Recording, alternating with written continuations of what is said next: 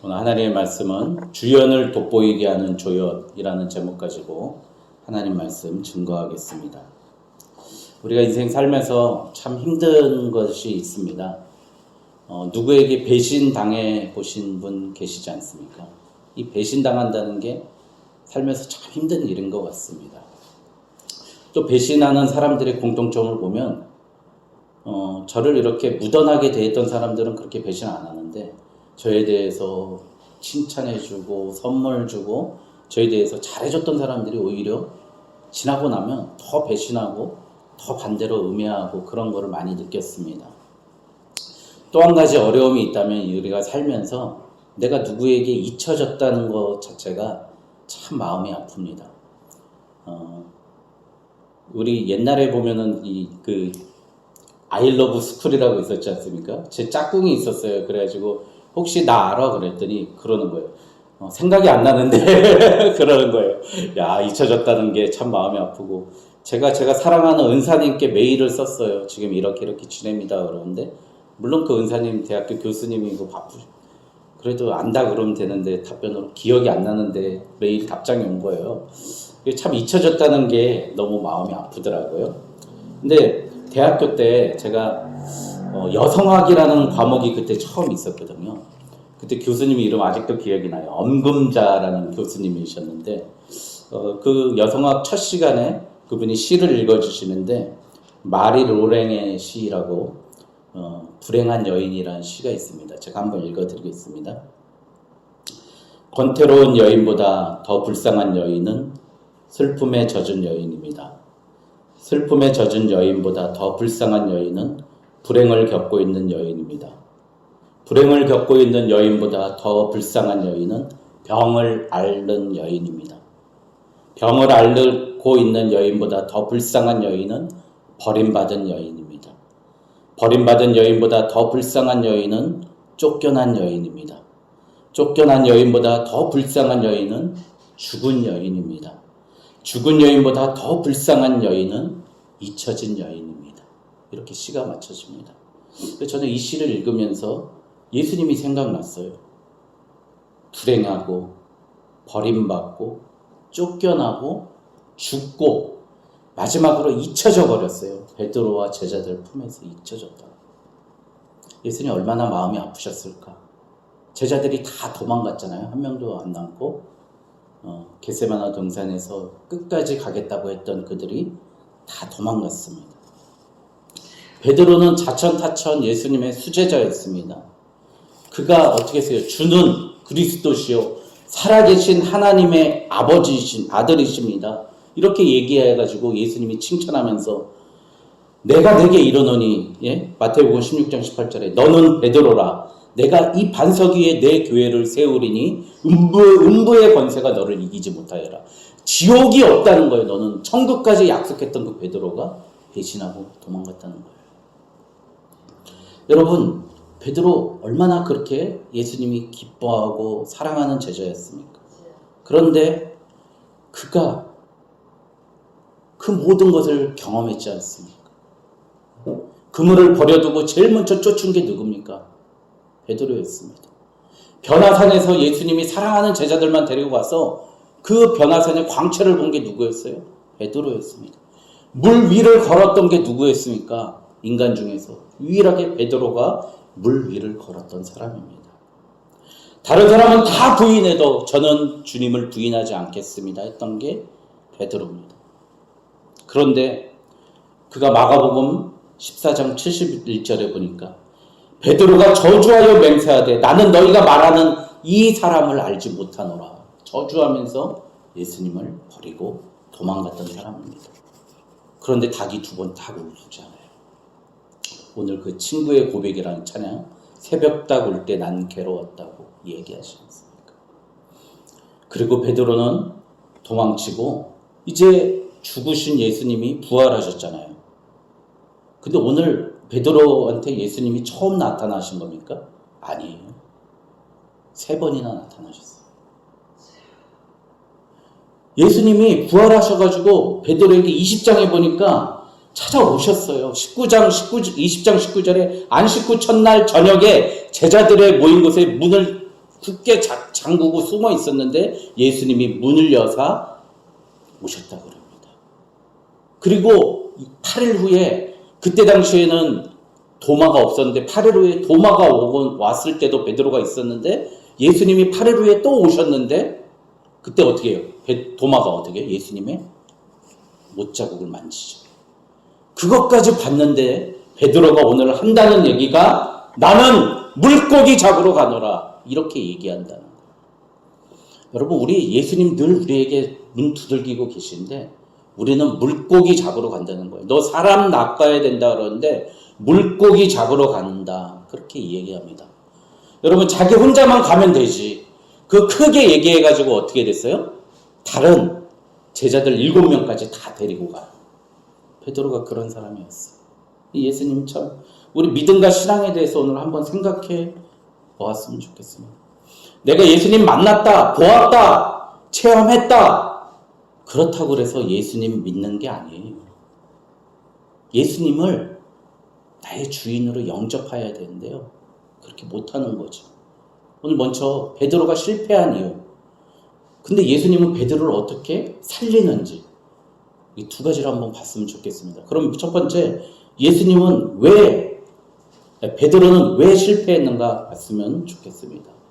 첫 번째 문제는 베드로는 자기 의지를 믿었어요.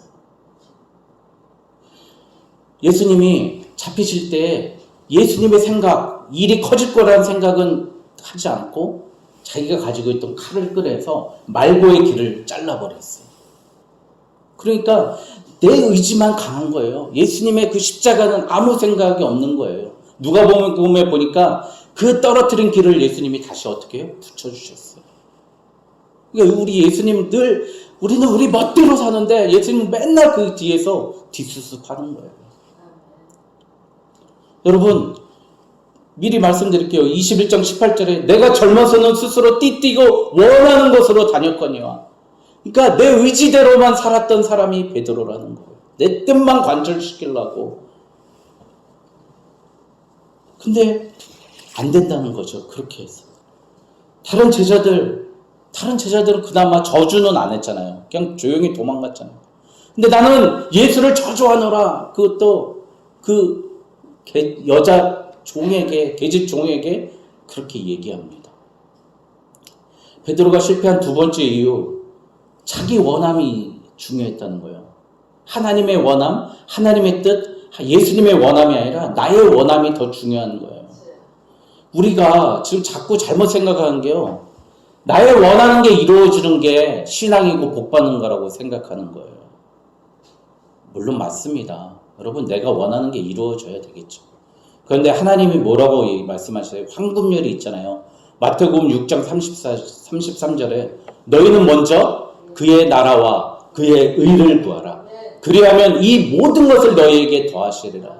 순서가 바뀐 거예요. 순서가.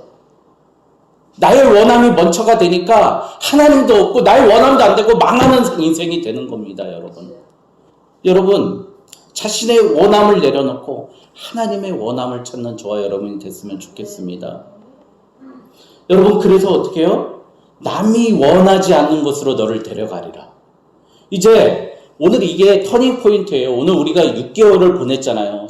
정말 우리 열심히 지냈잖아요. 그렇지만 우리 아직도 늘 예수님 부인하고 있는데, 예수님 만나서 다시 터닝 포인트로 이제 남은 6개월은 어떻게 해요? 우리가 원하는 것이 아니라 원하지 않는 곳으로 예수님 보내실 때 순종하고 갔으면 좋겠다는 마음입니다. 여러분, 그래서 우리 정답은 이겁니다. 저는 이거 하고 싶은데요. 제 꿈은 이건데요. 제가 뭐 하면 좋겠습니까? 이렇게 묻지 말라는 거예요. 정답은 여러분, 남이 시키는 일 잘 하세요. 부탁드립니다. 거기에 보화가 숨어 있습니다. 여러분, 남의 충고 헛되이 듣지 마십시오. 다른 사람이 내게 충고할 때는 그 사람이 얼마나 고민하고 괴로워하고 아파하면서 조마조마하면서 충고를 했겠어요? 제가 이것 좀 맡아주시죠, 이렇게 권면할 때 제가 얼마나 고민하면서 부탁하는지 아세요? 기도하면서. 여러분, 남이 시키는 일을 하세요. 그게 내 사명이라고요. 나는 내가 원하는 거 쫓아가기 때문에 나는 잘 모른다는 거예요. 내가 그러니까 맨날 내 스스로 내 원하는 대로 다녔다는 겁니다. 베드로가 실패한 세 번째 이유, 붙어있지 못합니다. 요한복음 15장의 포도나무 비유에서 보면 포도나무는 누구래요? 예수님이죠. 농부는 누구예요? 하나님이죠. 물 주시고 기르시고 태양을 주시고. 그럼 그 가지가 누구예요? 우리라는 거예요. 가지가 떨어져 있으면, 가지치기에서 떨어지면 어떻게 해요? 가지는 불살라 버려요. 우리는 예수님 그 포도나무 몸뚱아리에 붙어 있어야 된다는 거예요. 그래야 열매가 맺는다는 겁니다. 오늘 네가 젊어서는 띠띠우가 뭐야? 허리끈 메고 네 마음대로 다녔는데 이제 나중에는 어떻게 해요? 남이 너의 띠를 메어준다는 거예요. 남이 메어주는 띠. 남과 함께 연합해야 된다는 거예요. 예수님과 연합해야 된다는 이야기입니다. 여러분 생각해 보세요. 신랑과 신부가 아무리 과학이 발전했다 할지라도 물리적으로든 의학적으로든 연합이 돼야 생명이 나아지지 않습니까? 그리고 우리가 왜 열매가 없습니까? 왜 좋은 열매를 낳지 못합니까? 포도송이를 맺지 못합니까? 예수님과 연합되지 않으니까, 하나 되지 않으니까 새 생명이 태어나는 게 아니에요.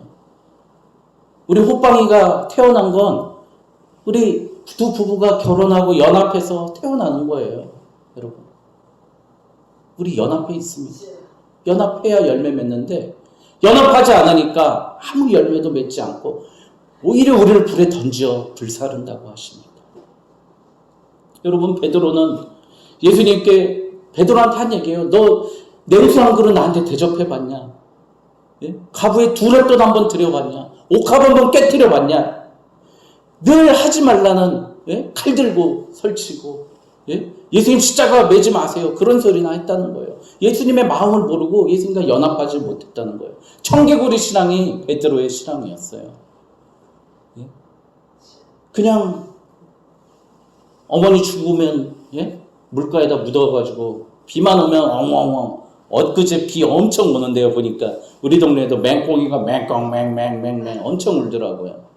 그겁니다. 베드로가. 여러분, 붙어 있어야 됩니다. 그리고 남이 원하는 곳에 가야 됩니다. 전 22살부터 사역을 했죠. 전도사. 제가 30년 사역, 내년이면 30년째 돼요. 사역만 30년 했는데요. 제가 순복음교회에서 간사 생활할 때 기억이 아직도 나요. 우리 김유리 선생이라고 저보다 2살인가? 한 4살 어리구나. 그 선생님이 의정부여고 나왔는데 대학에서 떨어졌어요. 그런데 공부도 잘했는데 떨어졌어요. 재수를 하잖아요. 재수를. 그런데 목요일마다 목요 경배와 찬양이 있는데 그 연습을 화요일 날 해요. 근데 그날 나와서 옛날에는 PPT가 아니라 OHP였어요. 이렇게 싸가지고 반사하는데.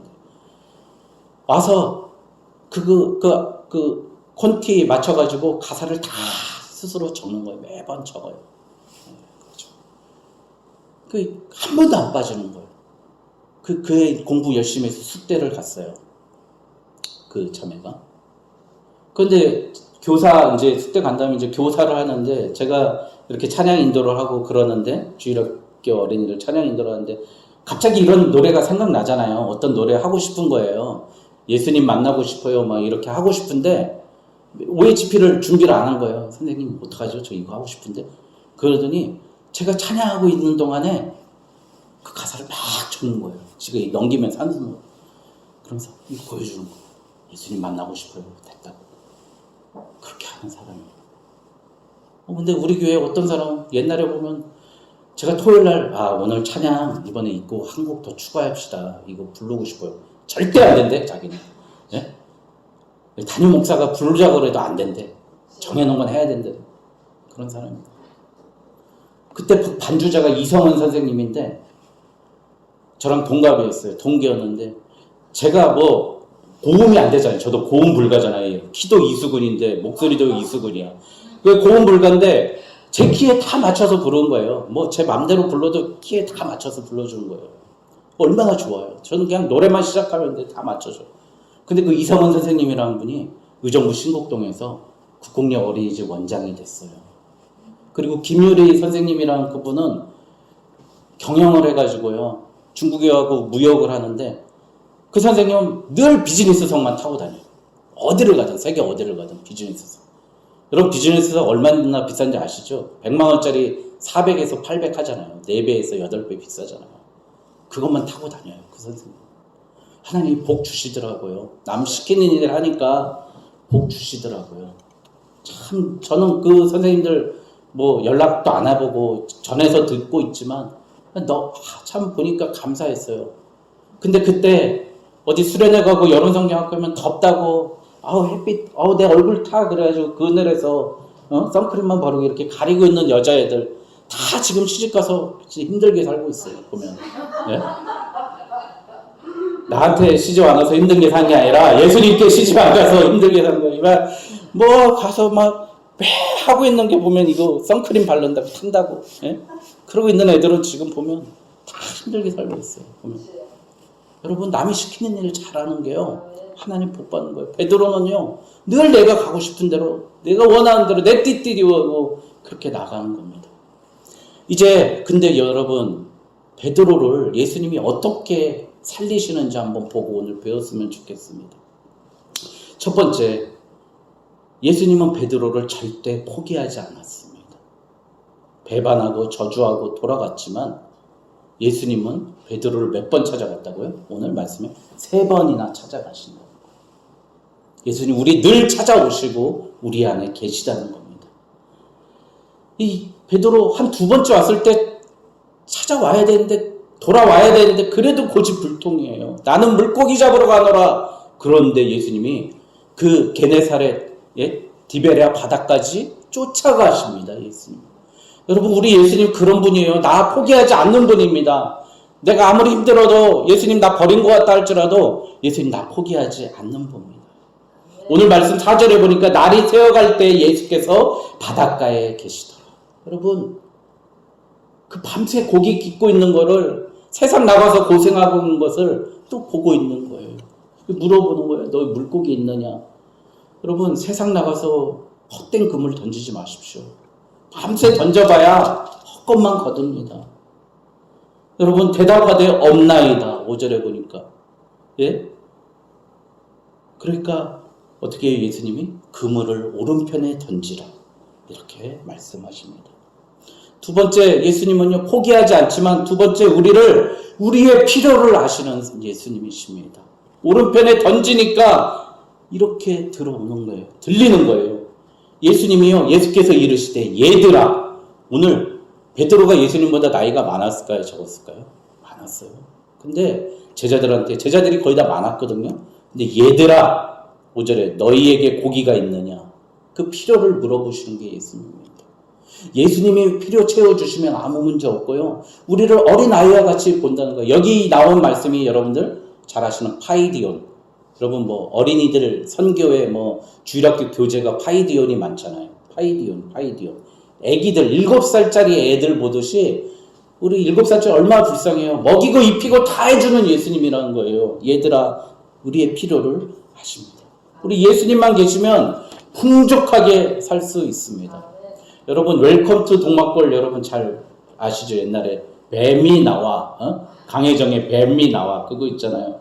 근데 그 인민군 혁명하러 내려온 정재영이 내와가지고 그 동막골 촌장한테 물어요. 동무는 고함 한 번 지르지 않고 불황민들을 휘어잡을 수 있는 위대한 영도력의 비결이 뭐요?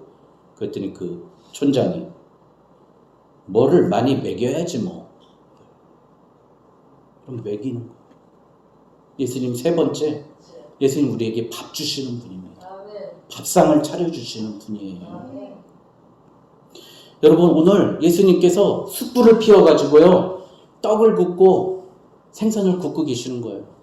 옛날에 저 단성사 앞에 보니까요 그 쥐포 팔잖아요. 쥐포. 근데 가래떡을 저 딱 한 번 먹어봤어요. 저 뭐 왜 떡을 돈 주고 사 먹어. 우리는 자극적인 오징어나 쥐포 사 먹는데 한 번 딱 사 먹어서 연탄불에 가래떡을 구워가지고 조청을 딱 발라갖고 먹어봤는데 그렇게 예수님이 떡을 숯불에 구워가지고 생선을 구워가지고 그 배신자들한테 밥을 준비하고 계시는 예수님입니다. 여러분 시편 23편 5절 그 말씀, 주께서 내 원수의 목전에서 내게 상을 베푸시고 기름을 내 머리에 바르시니 내 잔이 넘치나이다. 할렐루야. 내가 힘들고 무너지고 넘어질 때 하나님이 그렇게 차려주시는 거예요. 저도 우리 집 형들하고 싸우고 막 도망가고 막 그래가지고 한 달 동안 집에 안 들어온 적도 있었어요. 그런데 이제 몰래, 형들 없을 때 몰래 이제 집에 들어갔죠. 그때 제 방에 제 어머님 세탁 공장 다니면서 세탁 포장한 거 깔끔한 조끼하고 세탁하고 두 개하고 속옷하고, 이 아들이 한 달 동안 안 들어오는데 언제 들어올지 모르는데 딱 해가지고 속옷하고 옷하고 딱 챙겨 놓으신 거예요. 가지런히. 여러분, 예수님 마음이 그 마음. 아들이 도망갔는데 저희 어머니는 또 공장에서 사도 그 세탁값 깎지도 않으세요. 예? 그 제일 좋은 걸로 사가지고 아들 돌아올 거 기다리면서 그렇게 가지고 계셨던 분이에요. 우리 예수님이 그런 분 아니십니까? 그 나를 배반하고 도망갔던 애들을 위해서 떡을 부시고 상을 베푸시고 만드시는 분이 바로 예수님입니다. 여러분, 예수님 이런 퍼포먼스의 또 왕이십니다. 예수님.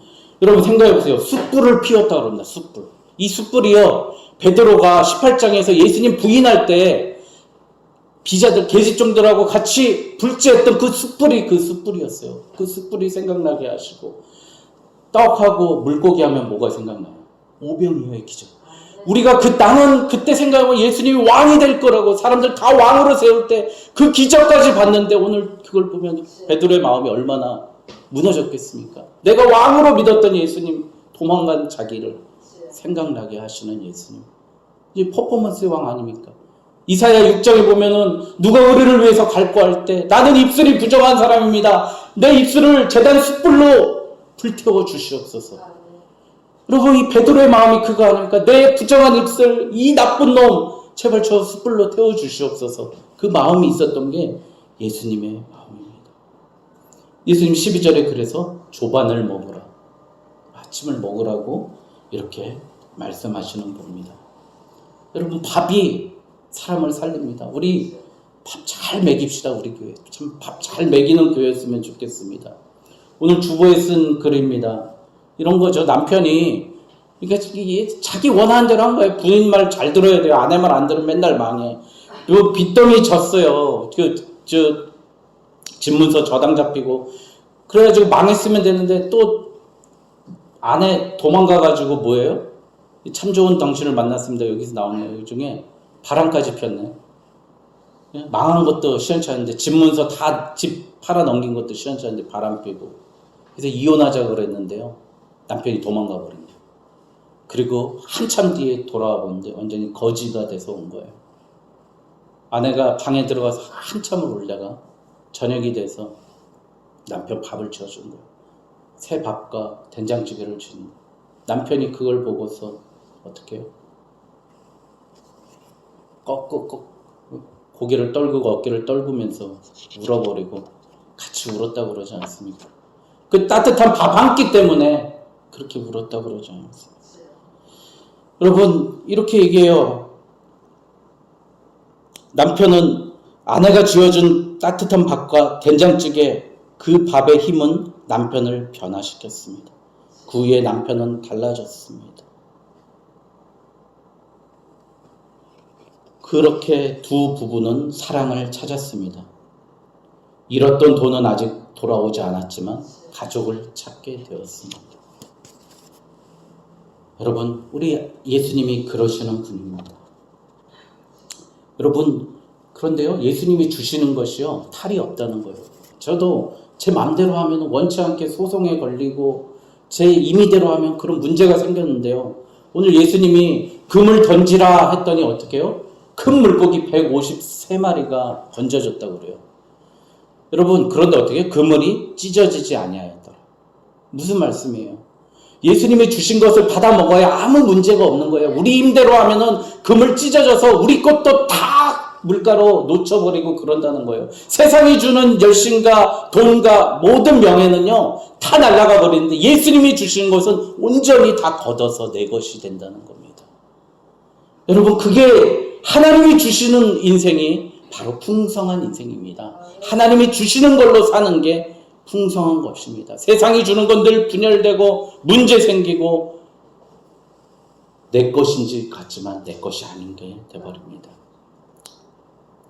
오늘 주연을 돋보이게 하는 조연.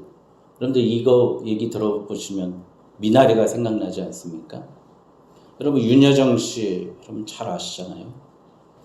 참 그 영화 보면 너무 재밌었어요. 사모니아 그 극장 가서 개봉할 때 우리 가서 봤는데, 이게 이제 자식이 너무 고생하니까 꼬깃꼬깃 모였던 통장을 내주죠. 근데 늘 자기가 얹혀 자식들한테 이 타지에서 얹혀 사는 게 늘 미안한 거예요. 그 애기 그 걔가 스티븐 연이라 그러나, 아니 그건 아빠구나. 그 꼬마애가 할머니 냄새나, 할머니랑 같이 앉아 막 이래버리고 그러잖아요. 그리고 그런 모습 보면서 참 좋았는데, 그 아기에게 보약을 먹입니다. 그 손주에게요. 그 손주에게 고스톱을 가르쳐줘요.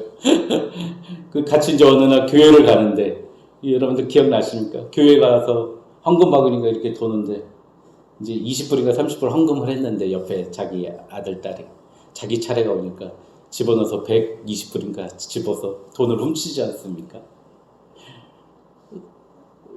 이 드라마의 제목이, 윤여정 씨가 나중에 또 나이 들어서 그 이부자리에 오줌을 싸잖아요. 소변까지 보잖아요. 여러분, 그게 뭐죠? 시궁창 같은 그 삶 속에서도 그 사랑은 미나리와 같이 자라난다는 거거든요. 우리 예수님이요, 이 시궁창 같은 베드로, 시궁창 같은 내 자신, 우리를 통해서요, 그거를 정화시키고 깨끗하게 하시고 해독시키는 그 해독제로 미나리를 키워내시듯이, 오늘 우리 예수님 베드로를 180도로 바꿔 넣으셔서 우리를 살리십니다. 여러분, 전 베드로가 좀 억울할 수도 있다라고 생각합니다. 그러나 베드로 때문에 예수님이 더 드러났습니다. 여러분, 우리 그런 인생 살았으면 좋겠습니다. 우리 그 실패함으로 예수님을 더 드러냅시다. 우리의 약함과 배반과 거짓됨으로 그거 가지고 내가 느꼈으니까 처절하게 아픈 사람들에게 그 아픈 사람들 보듬었으면 좋겠습니다. 소명을 받았다고, 부름 받았다고 내가 잘해야 된다고 해서는 안 됩니다. 실패하지 않아야 된다고 생각해서는 안 됩니다. 베드로의 실패와 연약함을 가지고, 그 실패를 가지고 연약한 사람에게 나가야 되며 배신하는 사람에게 달려가야 됩니다. 넘어짐과 쓰라림을 아는 사람이 속절없이 넘어져 아픈 사람을 품을 수 있는 줄 믿습니다. 자기 마음의 화 때문에 울어본 사람, 분이 있는 사람, 그 사람의 눈물을 닦아줬으면 좋겠습니다. 우리 PPT 하나님이 정확하게 이 말씀을 하신 거 읽고 설교를 마치겠습니다. 좀 넘겨주실까요? 히브리서 2장 18절입니다. 좀 작은데요. 시작. 그가 시험을 받아 고난을 당하였은즉 시험 받는 자들을 능히 도우실 수 있느니라. 그가 시험을 받고 고난을 당하셨기 때문에 시험 받은 우리를 능히 도우실 수 있었다는 겁니다. 5장 2절. 그가 무식하고 미혹된 자를 능히 용납할 수 있는 것은 자기도 연약에 휩싸여 있습니다. 여러분, 예수님이 스스로 연약하셨기 때문에 우리를 건지셨다는 겁니다. 우리도 그래야 되지 않겠습니까? 다음 보겠습니다. 너무 우리가 잘 아는 말씀입니다. 시작. 우리는 다 양 같아서 그릇 행하여 각기 제 길로 갔거늘 여호와께서는 우리 모두의 죄악을 그에게 담당시키셨도다. 여러분, 우리는 다 엉터리로 사는데 우리의 모든 엉터리를 예수가 품고 미나리처럼 해독하고 물을 씻기고 우리의 나쁜 구석을 해독시키는 그 예수님 쫓아가는 저와 여러분 되시길 주님의 이름으로 축원드립니다. 기도하겠습니다.